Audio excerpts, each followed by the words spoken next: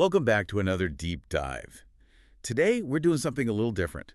Usually we take a concept, black holes or the history of coffee or the mechanics of inflation, and we just tear it apart to see how it works. Right, we look at the machine itself. Exactly. But today, we're turning our lens on a person, and really not just a person.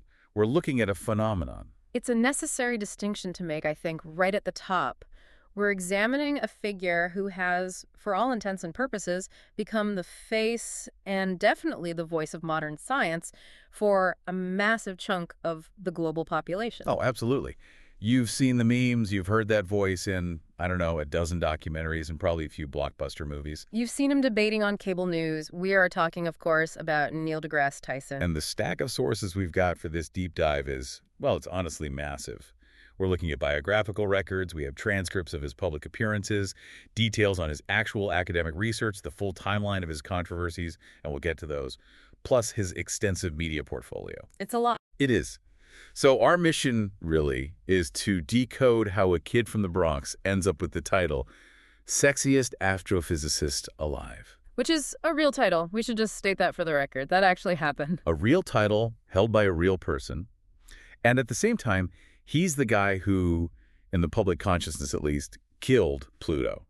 He's this fascinating mix of public intellectual and public villain, depending on who you ask. And along the way, we have to look at the friction points. Because, you don't become a figure of this magnitude without stepping on a few toes.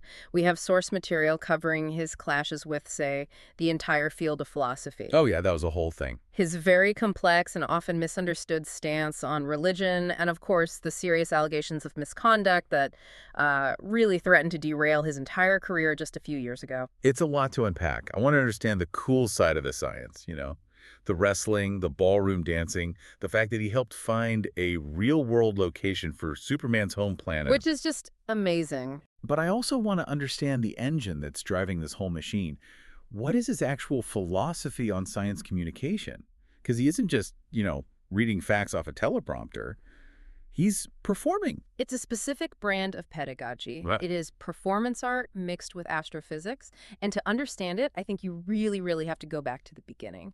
Because the Neil deGrasse Tyson we see on TV today didn't just appear out of a vacuum. So let's do it. Let's hit the origin story. We're starting in 1958, Manhattan born, but as you said, really a Bronx guy through and through. Right. Castle Hill, Riverdale. And to understand his trajectory, you have to look at the household he grew up in. His father, Cyril deGrasse Tyson, he wasn't a scientist. He was a sociologist and a human resource commissioner for the mayor of New York City, John Lindsay. So a civic-minded household. Very. And his mother, Sanchita, she was a gerontologist. So you've got this environment where education, social science, and public service are just, they're the baseline. It wasn't a house where you just sat around. You were expected to contribute, think about society. But the science part, that didn't come from them directly. The source material highlights a very specific moment, the inciting incident, if you want to use a screenwriting term. He's 9 years old. 9. And he takes a trip. He visits the Sky Theater at the Hayden Planetarium. Which is just so poetic, right? Yeah. Considering where he ends up decades later. It's almost too perfect for a script. But it's true. He sits there in that big, dark room. The lights go down and the stars come out on that massive dome. And Tyson describes this moment not just as like a cool field trip. Yeah. He calls it an imprint. He uses this very specific phrase, the universe called me. I find that phrasing so interesting. It's almost passive. It suggests a lack of agency, doesn't it? Like he didn't choose science. Science just grabbed him by the collar. He felt he had no choice in the matter. And frankly, if he hadn't walked into that specific room at that specific age, I think you could argue the landscape of science communication today might look very, very different. And it wasn't just a one-time thing. This is where the obsession starts, right? He starts going back. He does. During his high school years, he's attending astronomy courses at the Hayden Planetarium. He's not just a visitor anymore, he's a student there. And this is where we find the first real clue to his future persona. You're talking about the director of the planetarium at the time. Dr. Mark Chartrand III. And Tyson calls him his first intellectual role model. But you have to pay attention to why. It wasn't just because Chartrand was a brilliant astronomer or published papers. It was his style. It was his style. He was funny, he was enthusiastic, he had a flair for the dramatic. Chartrand proved to a young, impressionable Tyson that you didn't have to be this dry, boring, monotone, academic stereotype. You could mix humor with teaching. You could be charismatic. You can see that DNA directly in Tyson's work today, the way he uses a booming voice, the hand gestures, the punchlines. That's all there. It's the blueprint. So he's a teenager, he's completely obsessed, and he's apparently quite precocious. I mean, the notes say he was already giving lectures on astronomy at age 15. To adults. Just stop and picture that dynamic for a second. You're a 15-year-old kid from the Bronx, you're standing in front of a room of adults, and you are explaining the cosmos to them. The confidence required. It requires a level of innate confidence that, probably borders on arrogance, but in a necessary way. You cannot hold a room like that if you're riddled with self-doubt. And that reputation, that confidence, it started to ripple outward. It rippled all the way to upstate New York. To Ithaca specifically, to Cornell University, and right to the desk of Carl Sagan. This story is so famous, and for a good reason. Yeah. It feels almost mythic in the science community. Tyson applies to Cornell when he's 17, still in high school. The admissions office sees this application that is just, dripping with passion and experience. They've never seen anything like it. And they do something unusual. They actually forward his application directly to Carl Sagan. Who was already a superstar. This is pre-Cosmos, the TV show, but he was the guy. He was a regular on The Tonight Show. He was a massive public figure. And Sagan doesn't just, glance at it and pass it back. Yeah. He writes a personal letter to this high school kid, inviting him up to Ithaca for a visit, to tour the labs. A personal tour. And it isn't just a handshake and a generic campus brochure. No, not at all. Tyson goes up there. It's winter in upstate New York, which, if you've ever been, it's freezing. It's snowing. Sagan spends the whole day with him, shows him the labs, talks to him not as a kid, but as a potential colleague. And then at the end of the visit, Sagan drives him to the bus station. And here is the key detail, the detail that Tyson always emphasizes when he tells the story. The scrap of paper. Sagan writes his home phone number on a scrap of paper. And he gives it to Tyson and says, if the bus doesn't get through because of the snow, you call me. You can spend the night at our place. That is just... It's such a profound gesture of kindness. Here is a titan of science, a celebrity, offering shelter to a complete stranger, a teenager, just because of a snowstorm. And that single moment, Tyson has said repeatedly, shaped him more than any physics equation he ever learned. He made it a focal point in the very first episode of his own Cosmos revival. He said he already knew he wanted to be a scientist. That was set in stone since he was 9 years old. Right. But that afternoon, he learned from Carl Sagan what kind of person he wanted to become. It established a standard of care, of mentorship, a standard for how he treats students and the public. It wasn't just about the data. It was about the humanity behind the data. Which makes the next plot point in the story kind of ironic. Hilarious, really. Because after all that warmth, all that hospitality, that career-defining moment, he didn't go to Cornell. He ghosted Carl Sagan's program. He chose Harvard. That takes some nerve. Hey, Carl. Thanks so much for the ride and the life lesson and the offer of a place to stay, but I'm going to Cambridge. It shows you he follows his own compass, right? He wasn't starstruck to the point of blind loyalty. He wanted the Harvard experience, for whatever reason. So he lands at Harvard, class of 1980, majoring in physics. And again, if you're picturing this stereotypical physics nerd from the movies, pocket protector, allergic to sunlight, locked in the library, Tyson is just breaking that mold immediately. Oh, he's shattering it. He's on the rowing team his freshman year. He's a varsity athlete. And then he switches to wrestling. Yeah. And he letters in wrestling his senior year at Harvard. It speaks to a certain physicality, a presence. He occupies space. You see it today when he walks onto a stage. He commands it physically, not just intellectually. But the detail that always surprises people, the one that really adds this incredible layer of color to his character, is the dance. It's the ballroom dancing. It's just wild to picture. It wasn't just ballroom. The sources list jazz, ballet, Afro-Caribbean, and Latin ballroom. He was part of a dance team that won a gold medal in a national tournament. I suppose there's a connection there, right, between physics and dance. It's all about momentum, vectors, balance, rotational velocity. It is, and it's about performance. Don't forget the performance aspect.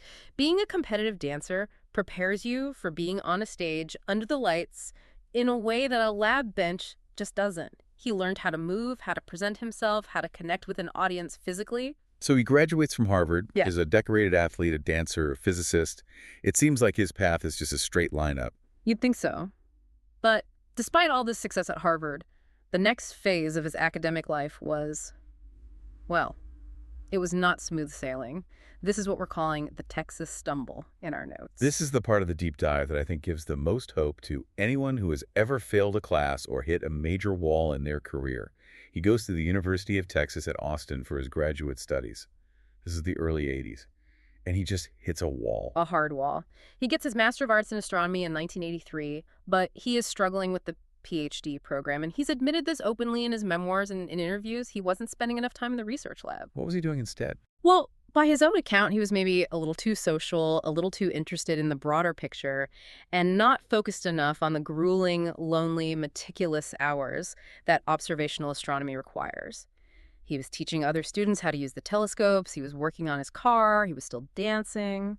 He was living a life, but maybe not the life of a single-minded PhD candidate. Exactly. And the faculty noticed this wasn't something he could hide. His professors actually sat him down and encouraged him to look for alternative careers. Just think about that for a second. Someone looked at Neil deGrasse Tyson and said, hey, maybe this whole astronomy thing isn't for you. It's incredible, and it culminated in his doctoral dissertation committee being dissolved. In the world of academia, that's the polite way of saying, you're fired, get out. It effectively ended his pursuit of a doctorate at Texas. That had to be a massive gut check. I mean, this is the kid who lectured at 15, the guy Carl Sagan personally recruited, and now he's being shown the door. It's a rare moment of genuine, unambiguous failure in his public narrative. And I think it's important because it proves he isn't infallible. But what defines him isn't the failure, it's the pivot. He didn't quit science. No, he regrouped. He did. He lectured at the University of Maryland for a bit. He took some time. And then in 1988, he got into the astronomy graduate program at Columbia University. Back to New York, the home court advantage. Exactly. And this time, he was different. He was focused. He earns his MPhil in 89 and then his PhD in 91. And this time, he locked in. He was supervised by a professor named R. Michael Rich. He got funding from NASA, and he was doing real heavy-lifting frontline research. The notes mentioned the Calantololo supernova survey. This sounds serious. He was down in Chile observing on telescopes. Yes, and this research was incredibly significant. It wasn't just, busy work to get a degree. He was part of a team that helped establish Type Ia supernovae as standard candles. Okay, we need to clarify standard candle for the listeners. It sounds like something you buy at a scented candle shop, but I know it is absolutely crucial for cosmology. It's one of the most important tools in our entire cosmic toolkit. Imagine you're standing on a long, dark highway at night. You see a single light in the distance. Okay. Now, is that a dim little flashlight that's only 10 feet away from you, or is it a massive blazing searchlight that's 10 miles away? You can't tell, can you? Because you don't know the intrinsic brightness of the light source. Right, you need a reference point, a known wattage. Exactly. You need a 100-watt bulb. In space, a Type I, a supernova, is our 100-watt bulb. It's a specific type of stellar explosion, a white dwarf star in a binary system that eats too much matter from its companion and goes kaboom. And the key is they almost always explode with the same amount of energy, the same intrinsic brightness. So they're a standard brightness. A standard candle. So if we see one in a distant galaxy and it looks really dim to us here on Earth, we know it must be incredibly far away. If it looks relatively bright, it's closer. It acts as a cosmic ruler, a yardstick. Tyson's work helps solidify our ability to use these explosions to measure the size and, crucially, the expansion of the universe. So he went from being effectively kicked out of a program in Texas to helping build the very ruler we use to measure the cosmos. That is a substantial redemption arc. It's huge.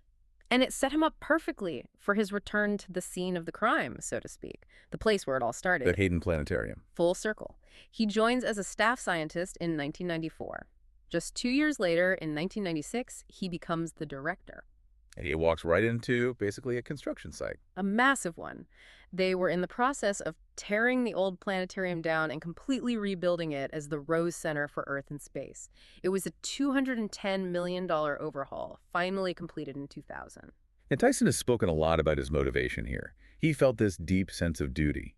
Since the scientists and educators at Hayden had invested in him when he was just a kid from the Bronx, he felt he needed to do the same for the next generation. He wanted to build the cathedral of science that he had worshipped in as a boy. But that sense of duty, that desire to get the science right, led him to make a decision that upset a whole lot of that next generation. We have to talk about the P word. Pluto. The planetary homicide. He was the lead suspect. When they were designing the new exhibits for the Rose Center, Tyson made a very specific, very deliberate curatorial choice.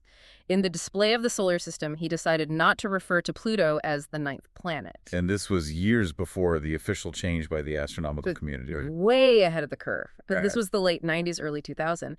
But his logic was purely scientific, purely pedagogical. He didn't want the exhibit to just be a rote list of planets, 1 through 9. He wanted to group objects by what they are. So the taxonomy mattered more than the traditional list. Precisely. You have the terrestrial planets, these rocky little worlds like Mercury, Venus, Earth, and Mars. Then you have the gas giants, Jupiter, Saturn, Uranus, Neptune. And then you have this other family of objects way out in the Kuiper Belt, these icy debris chunks. Dirty snowballs. Basically, yeah. And Pluto is the king of the dirty snowballs. It fits perfectly with those other icy bodies. It doesn't fit with the gas giants, and it doesn't really fit with the terrestrial planets. So he grouped it with its family. Logically, scientifically, it makes perfect sense. Emotionally, though, it was a PR disaster. Oh, people were furious. He received hate mail. He talks about getting huge amounts of it, mostly from elementary school children. They felt like he had personally bullied their favorite underdog planet. Dear Dr. Tyson, stop being mean to Pluto. It's my favorite. Essentially, yes. He talked about this on The Daily Show, on The Colbert Report. He leaned into it. He effectively became the villain of the solar system for a few years. Because he stuck to his guns. He did. He said the science was clear. And eventually, the rest of the world caught up. In 2006, the International Astronomical Union, the IAU, the official governing body, held a vote. They created a new definition for planet, and Pluto didn't make the cut. They officially reclassified it as dwarf planet. So Tyson was vindicated. He took all the heat early so the taxonomy could finally make sense later. He did. It shows a willingness to be unpopular in the service of what he believes is scientific accuracy. Speaking of making sense of things in a new way, let's talk about Manhattanhenge. This is another term that he coined that has just become part of the New York City vocabulary. This is such a great example of his mind at work. It's 1996. He's the new director of the planetarium. He's living in the city, and he's looking at the street grid of Manhattan. Which is famously rigid. It's all 90-degree angles. Right. But, and this is the key, the grid isn't perfectly aligned with the geographic north-south and east-west lines. It's tilted slightly, about 29 degrees off. Okay. And Tyson does the math. He realizes that because of that specific tilt, there are 2 days a year where the setting sun aligns perfectly with the east-west streets. So if you stand in the middle of, say, 42nd Street or 14th Street and look west, you see the entire orb of the sun setting, framed perfectly by the skyscrapers on either side, all the way to the horizon in New Jersey. It's an urban solar alignment. And he brands it. He gives it a brilliant name, Manhattanhenge. A clear, clever nod to Stonehenge in England and its famous solstice alignment. It's a perfect bit of marketing for science. He took a traffic jam and turned it into an astronomical observatory. He popularized it in a 2002 article for Natural History magazine, and now it's a huge biannual event in New York. People crowd the streets, they block traffic to take photos. He connected the urban environment to the celestial. And that really seems to be his superpower. He finds the cosmic in the mundane. Which brings us to the media empire. Section 4 in our source stack, the pop culture scientist. He is omnipresent. You really can't overstate his reach in the 21st century. He started hosting Novia Science Now on PBS, which ran for 5 seasons, a big mainstream platform. But then he took on the Holy Grail. Cosmos. In 2014, he becomes the host of Cosmos, a Spacetime Odyssey, reviving Carl Sagan's legendary show, and that is a high-wire act. Oh, the pressure must have been immense. If you mess that up, the scientific community will never forgive you, and the general public might just tune out. But he pulled it off. He brought a different energy to it, which I think was smart. Sagan was more poetic and ethereal, almost a whisper. Tyson is energetic, commanding, with a big, boring voice. He made it his own. And then there's StarTalk. This is where I think he really innovated the format. I agree. It started as a radio show, then a podcast, then it became a TV show on National Geographic. The format is the key to its success. He doesn't just sit there and lecture. He brings in comedians as co-hosts. People like Chuck Nice or Eugene Merman from Bob's Burgers. Exactly. He realized that if you want to keep people listening to an hour of talk about physics, which can be dry and intimidating for a lot of people, you need a release valve. You need to laugh. It breaks the tension. It makes the medicine go down. He understood that comedy opens the mind to learning. And he's willing to be the punchline, or at least play along with the joke. Which is probably why he gets invited to do so many cameos. He's been on The Big Bang Theory, Stargate Atlantis, Brooklyn Nine-Nine. He was even in Zoolander 2. He voiced a pig in the animated show Gravity Falls. Waddles the pig. Yeah. In an episode where the pig becomes super intelligent. And he was Neil the Buckweasel in Ice Age. Collision Course, he's not afraid to be silly, which makes him more approachable. But my absolute favorite entry in this entire pop culture log is the Superman story. This is just pure nerd gold. It is. This happened in 2012. DC Comics was writing a story where Superman is trying to find the remnants of his home planet, Krypton, using Earth's telescopes. And they wanted to ground it in some kind of reality. They did. So they called Tyson. They asked him as an astrophysicist to help them find a real star system that could plausibly be where Krypton was. And he didn't just point at a random dot on a star chart. No, he took it seriously. He did the research. He found a real red dwarf star called LHS 2520. It's about 27 light years away in the constellation Corvus. And there's a hidden layer to that specific choice, right? A little Easter egg. There is. Corvus is the Latin word for crow. And in the Superman lore, especially from the Smallville TV show and some of the comics, Superman's high school mascot in Kansas was the Smallville Crows. That is deep. That shows he's actually respecting the source material of the comic book, not just dropping in with the science and leaving. It shows he engages. He didn't just phone it in. And to top it all off, he actually appeared in the comic book itself, Action Comics number 14. He's drawn into the panels, helping Superman with the calculations. That is a level of cultural crossover that most scientists never even dream of. He's even shown up on music albums. Right. He's on a track by the heavy metal band Avenged Sevenfold called Exist, and on a track by the rapper Logic called Africarian. Doing what? Delivering these spoken word monologues about the universe, about consciousness. Musicians use his voice to add this instant layer of gravitas and cosmic scale. He has become a cultural shorthand for the universe. But it's not all comic books and cameos. Tyson has some very specific and at times very controversial worldviews that have gotten him into hot water over the years. We need to look at the worldviews and advocacy section of our sources. And let's start with religion. This is a nuance that the internet often misses. Tyson is widely claimed by the atheist community. They really want him on their team because he's this prominent man of science, but he actively and consistently rejects that label. He identifies as agnostic. And he's really serious about that distinction. There's a funny story from an interview where he talked about his own Wikipedia page. For years, it listed him as an atheist. So he actually went in and edited the page himself to change it to agnostic. And the internet immediately corrected him on his own beliefs. Within a week, someone had changed it back to atheist. It was this little edit war. He eventually had to reword it to something like, Tyson states he is an agnostic, though he is widely claimed by atheists. His point is that atheist has become more than a description. It's a movement, a form of activism. And he doesn't want to be part of that debate. He doesn't want to spend his energy arguing about non-belief. He just wants to do the science. He sees the atheist-theist debate as a distraction from studying the cosmos. But he doesn't shy away from stating his views on the nature of the universe itself. No, not at all. He defines spirituality as an emotional connection to the universe, a sense of awe. But he draws a very hard line at the idea of a benevolent designer, a loving God. He has a famous quote about this. Yes.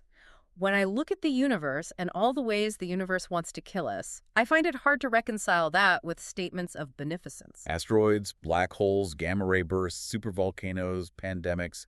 It is a violent place. It's an actively hostile environment for human life, and he points that out. He views the universe as a grand, beautiful, but ultimately indifferent mechanism, not a nurturing nursery built for us. Now, where he really stepped in it, though, was with philosophy. The 2014 Nerdist podcast incident, this was a big deal at the time. A huge deal. He was on the podcast, and he basically called philosophy useless. He said something like, a philosophy major can really mess you up, and it implied that philosophers just sit around asking unanswerable questions like, what is the sound of one hand clapping, while scientists are out there actually solving real problems. That seems incredibly dismissive for a guy who presents himself as a deep thinker. It was. Yeah. And the backlash from the philosophical community was swift and sharp.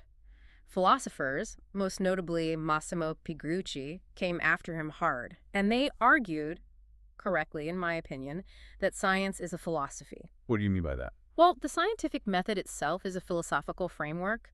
Empiricism, logic, falsifiability, ethics, and research, these are all branches of philosophy. You cannot do science without them. It was a moment where Tyson's hard science bias showed a real blind spot. He seemed to value the collection of data over the intellectual framework we use to interpret that data. He's also had to navigate the very complex issue of race in the world of science. He is, without question, one of the most visible black scientists in history. But he handles that role in a very specific and, for some, a controversial way. He does. The sources show that since 1993, he has had a policy of refusing interviews that use his race as the primary premise. He won't give talks specifically for Black History Month. That might surprise a lot of people. What's his reasoning? He wants to be known for his astrophysics, full stop. He doesn't want to be pigeonholed as the black scientist. He wants to be a scientist who happens to be black. He feels that if he allows the conversation to always be framed around his race, it distracts from the universal message of the cosmos. He wants his contribution to be the data, the discovery, the inspiration. But he's not pretending that racism doesn't exist or that it didn't affect him. No, absolutely not. There's a very powerful moment from a panel at the National Academy of Sciences in 2005. It was a tense time. The president of Harvard, Lawrence Summers, had just made some controversial comments about innate differences between men and women in science. The panel was discussing it. And Tyson took the mic. He did. And he pivoted the conversation to his own experience. He talked about what he called the path of most resistance. He said that from the moment he, as a young black kid in the Bronx, showed an interest in the universe, society threw obstacles in his way. Teachers, neighbors, counselors, they all tried to steer him towards sports. The expectation was that he should be an athlete, not an astrophysicist, simply because of how he looked. So his argument was essentially, don't you dare talk to me about innate genetic differences until you've fixed the broken social system that filters people out before they even get a chance. Exactly. He famously said, "I have never been female, but I have been black my whole life." He used his own life as a case study for how much talent is wasted by societal prejudice. But his strategy for fighting that prejudice is to normalize his presence by simply being excellent and focusing on the science. Though he has been more vocal on other social issues. Yes. He's a vocal supporter of LGBTQ+ rights. He's publicly debated conservative commentators like Ben Shapiro on transgender issues. He usually approaches it from a biological or scientific lens, arguing that nature is filled with diversity and spectrum, so why should we expect human society to be any different? There is one area of advocacy where I think he has been consistently brilliant and effective. Wow. Money. Specifically, NASA's budget. The penny for NASA idea, this is a brilliant piece of science communication. He points out this massive public misconception. If you ask the average American how much of their tax dollar goes to NASA, what do you think they say? Oh, I've seen these polls. They guess like 5 cents, 10 cents, sometimes even 25 cents on the dollar. Which would be a colossal hundreds of billions of dollars budget. But the reality is it's about 1/2 of 1 penny on the dollar. It's a rounding error in the federal budget. It's basically nothing. And Tyson has hammered this point home. He testified to the Senate in 2012. He made this incredibly passionate argument that if we just doubled that investment to 1 single penny on the dollar, we could transform the country. He said it would take us from a sullen, dispirited nation weary of economic struggle to one that dreams of tomorrow. He links space exploration directly to economic innovation, to national mood, to inspiration. He argues that stopping exploration or underfunding it doesn't just cost us discoveries, it kills the spirit of a nation. It's a very compelling pitch. Give me a penny and I will give you the future. It's powerful. Now, we have to pivot. We have to go to a much darker and more difficult chapter in the source material. We can't do a full deep dive without looking at the whole picture. Section 6 in our sources, this sexual misconduct allegations. Right, and we have to cover this impartially, just laying out the facts as they were reported, because it's a significant part of his recent history. In late 2018, these allegations surfaced against Tyson. It happened pretty quickly. Yes. It was mainly in November and December of 2018. A number of women came forward with different accounts spanning several decades. Let's break down who they were and what the specific allegations were. The most serious allegation came from a woman named Chia Ahmet Elmat. She was a fellow graduate student with Tyson at the University of Texas at Austin back in 1984. She accused Tyson of drugging and raping her. That is a devastating and extremely serious criminal accusation. It is. Then there was Caitlin Allers, a professor of physics and astronomy at Bucknell University. She alleged that at a conference after-party in 2009, Tyson touched her inappropriately, following a tattoo of the solar system she had on her arm up to her shoulder and into her dress. Okay. And there were others related to his professional life more recently. Yes. Ashley Watson, who worked as Tyson's assistant on the show Cosmos, alleged a pattern of inappropriate advances. She said that one evening he invited her to his apartment for wine. He held her hand and stared into her eyes for a long 10 seconds and made a comment about wanting to give her a Native American handshake, which he said involved feeling for a pulse. She resigned shortly after this. And there's one more, right? An anonymous woman who alleged that at a holiday party for the American Museum of Natural History in 2010, he made inappropriate sexual comments to her. So a range of allegations from different periods of his life. How did Tyson respond when these became public? He addressed them directly in a lengthy public post. Regarding the rape accusation from Chia Ahmet, dating back to 1984, he denied it entirely and unequivocally. He said they had a brief, consensual relationship. And for the other incidents? Regarding the incidents with Professor Allers and his assistant Ashley Watson, his response was more nuanced. He corroborated the basic facts of the interactions, that they did happen, but he claimed his actions were misinterpreted.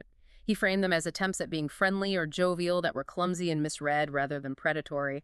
He apologized for any offense or discomfort he caused. So a denial of intent, essentially. Yes, he basically said, I'm a friendly, tactile guy. I touch people on the arm. I stare intently when I talk. I didn't mean anything by it, but I'm sorry it made them feel uncomfortable. And what was the institutional fallout from all this? Because he was at the height of his fame, hosting major TV shows. The fallout was immediate. Fox and National Geographic, the networks behind Cosmos and StarTalk, launched investigations. The American Museum of Natural History, where he's the director of the Hayden Planetarium, also launched its own investigation. And the shows were pulled off the air. Yes. StarTalk was put on hiatus. The premiere of the new season of Cosmos, which was supposed to be in early 2019, was delayed indefinitely. It was a complete career freeze while these institutions looked into the claims. But eventually, the shows came back. He came back. They did. In March of 2019, the networks announced that their investigation was complete and that both StarTalk and Cosmos would resume. They didn't release any details of the investigation. They just issued a statement saying the matter was concluded and they were moving forward. And the museum. In July of 2019, the American Museum of Natural History announced that their investigation was also complete and that Tyson would be retained as director of the Hayden Planetarium. So he weathered the storm, professionally speaking, even though the allegations remained part of his public record. He did, though it certainly left a mark on his public image for some, and it sparked a lot of conversation about power dynamics and appropriate behavior in academia and media. Moving to our final section, let's look at the recognition he's received. Because despite the controversies, the list of accolades is stacked pretty high. It is, and it's a mix of very serious honors and very unique ones. On the serious academic and public service side, he has the NASA Distinguished Public Service Medal from 2004, which is the highest honor NASA awards to a non-government employee, and the Public Welfare Medal from the National Academy of Sciences in 2015. These are major high-level honors from his peers. The highest level. And then you have the pop culture side of things. Which brings us back to People magazine's sexiest astrophysicist alive in the year 2000. I still can't get over that. It's just such a perfect turn of the millennium thing to happen, a sign that science was becoming cool. He was also one of Time magazine's 100 most influential people in the world in 2007. And then there are the scientific honors, which I think are probably the ones that mean the most to him. He has an asteroid named after him. Which one is that? Asteroid 13123 Tyson. It's out there in the asteroid belt, but my personal favorite is the frog. The frog? Yes. In 2016, a new species of leaping frog discovered in the Western Ghats of India was named Indirana Tysoni in his honor. You know, you've really made it when you have an amphibian named after you. Yeah. And of course, we have to mention his books. He's written many, but some have been massive hits. Death by Black Hole, The Pluto Files. And the huge one, Astrophysics for People in a Hurry. That book was a phenomenon. It stayed on the New York Times bestseller list for over a year.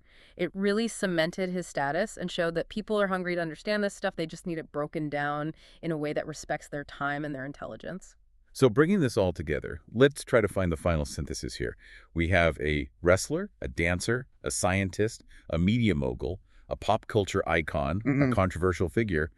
What does Neil deGrasse Tyson represent at the end of the day? I think he represents a bridge. He connects the rigorous, often intimidating, data-driven world of galactic bulges and type Ia supernovae to the emotional, messy, curious world of human beings and pop culture. He fundamentally believes that science isn't just for scientists. He has that line, Science literacy is a vaccine against charlatans. That's a powerful line, a vaccine against charlatans. He argues that if you know how to think critically, how to demand evidence, how to think like a scientist, you are harder to fool, whether it's by a politician, a snake oil salesman, or a conspiracy theorist. And he challenges us to question our own deepest held beliefs. He does. He has this provocative argument that even great historical scientists like Isaac Newton were ultimately limited when they stopped asking questions and just accepted intelligent design or God did it as the final answer for things they couldn't explain. He believed that answer stopped their inquiry. So he pushes us to always ask the next hard question. Exactly. And that's the provocation he leaves us with. If we apply that to our modern lives, where else are our unquestioned beliefs, our personal versions of God did it, stopping us from discovery? What are we not seeing because we've already decided we have the answer? Well, on that note, I think we have plenty to think about. Whether you're looking down at a frog named Tyson or looking up at the constellation Corvus trying to find Krypton, there's a lot of universe out there. Indeed there is. We encourage you, as Tyson would, to look up and think about your own place in the cosmos. Thanks for joining us on this deep dive. See you next time.